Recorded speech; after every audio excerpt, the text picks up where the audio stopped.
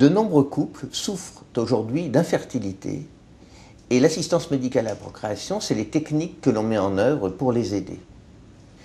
Cette assistance médicale à la procréation consiste à prélever des ovocytes chez la femme, des spermatozoïdes chez l'homme, puis à féconder les ovocytes par les spermatozoïdes in vitro. L'ovocyte donc vient bien sûr de la femme, les spermatozoïdes peuvent venir du conjoint ou d'un donneur, habituellement un donneur anonyme, de spermatozoïdes. Cette technique est donc mise en œuvre par un biologiste qui fertilise les ovocytes in vitro. Après la fécondation in vitro, la suite des événements consiste à regarder les embryons donc, qui se développent, les trier, on va garder ceux qui ont le plus bel aspect, et les autres, une partie d'entre eux, on va les jeter, les détruire. Les derniers, on va les mettre au congélateur pour les conserver pour d'autres fécondations ultérieures éventuelles. Pour aider les couples qui ont du mal à avoir des enfants, il existe aujourd'hui de nouvelles techniques qui sont très médicalisées et qui n'utilisent absolument pas les mêmes méthodes, qui sont des méthodes beaucoup plus écologiques.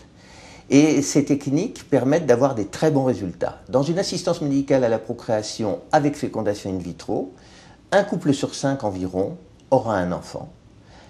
Avec les techniques dont je vous parle, il y a 30% des couples à peu près qui pourront avoir un enfant.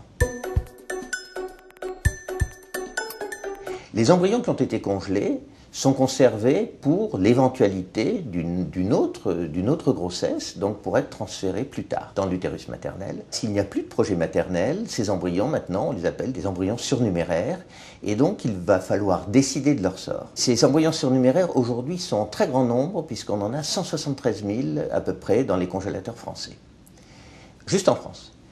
Ces embryons surnuméraires vont être, au bout de 5 ans, soit détruits, soit utilisés pour la recherche, et donc détruits pour la recherche. Mais au bout de 5 ans, de toute façon, on va aboutir à leur destruction. L'assistance médicale à la procréation modifie profondément toute une partie de la vue familiale dans la société. Avec l'AMP, il se pose d'abord un problème de filiation. Il y a des dons de spermatozoïdes qui font que le père, dans un certain nombre de cas, est anonyme. L'enfant ne sait pas de qui est son père. Par des mères porteuses, une femme peut porter un enfant pour une autre mère, permet aussi à des couples homosexuels d'avoir des enfants. Donc vous voyez, ça modifie profondément l'image de la famille dans la société.